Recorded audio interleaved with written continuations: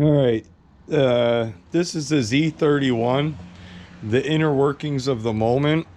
I wanted to show you what makes this baby tick. A lot of people say, oh, they need a lot of money to soup something up, make it fast. You don't need a lot of money, but you should not jeopardize when you spend money on a fuel system. You need a good canister, which is a good engine to start with. You need something that can handle the power, a block that can handle the power. The block to this motor, a Z31 motor, can handle 500 horsepower. So a lot of people say, oh, I got to tune my car. I got to have it tuned. I got to tune just the ECU. We've got to tap into the ECU. That's not right. You can piggyback it. This is a Goretti piggyback system in here. Let me uncover this.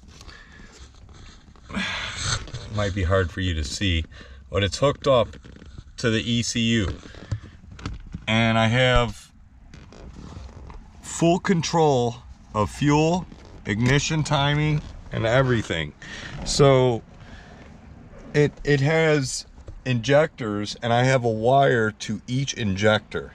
I have full control of those injectors. Then I can also trick my throttle body. I can pretend that there's more air coming into the car, which will make it add in fuel. It's called tricking it. So that's two ways I can add or remove fuel. I can also drill 2 holes into my motor, put 2 extra injectors, and run 8 injectors on a 6-cylinder car. So piggybacking is not what everybody says. It is an okay way to go. So then we got an AEM, air fuel ratio gauge. That's important. I put in my own O2 sensor. The car has its own O2 sensor. We work together because I'm piggybacked to make this car run right. We got a boost gauge. We've got an RPM gauge. Not a big deal.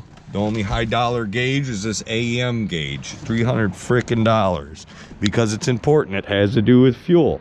Now we go to the engine. The engine is a regular 3.0 liter turbo engine. We've got a fuel pressure regulator. We've got good wires. And then a lot of people, when they soup up a car or boost it, they'll do a U-turn at the intercooler. Well, what does a U-turn do? It makes air slow down and do a turn. This car, the air comes through the pipes, and I don't know if you can see it, but it's drilled through the wall right there, which I mean is pretty crazy, but it goes all the way around, goes in one side of the intercooler and out the other, instead of doing a U-turn. When you're making a car fast, it's about how the air flows and the fuel. Fuel is what makes power. The engine does not make power. That's just a canister. Fuel and the way it's tuned is what makes power. Then this right here is a map sensor. So I've got my own O2 sensor, and then I've got my own map sensor, and then the car has a map sensor. It might not actually have a map sensor, but I installed one, and that's for tuning with the fuel. Then in the back of the car underneath, inside the tank, is a 255 gallon Walbro fuel pump. So that helps too, and that was, you know, quite pricey, but you don't jeopardize on fuel. Then you've got the RX-7 460cc injectors out of a rotary engine working on a piston engine. So that requires a little bit of tuning, but I'll tell you what, when you're in 3rd gear, 2nd gear, any gear, you hit the gas and you hold it, and it never loses power. Until this engine were to blow up, you would never feel a flat spot in the power or anything.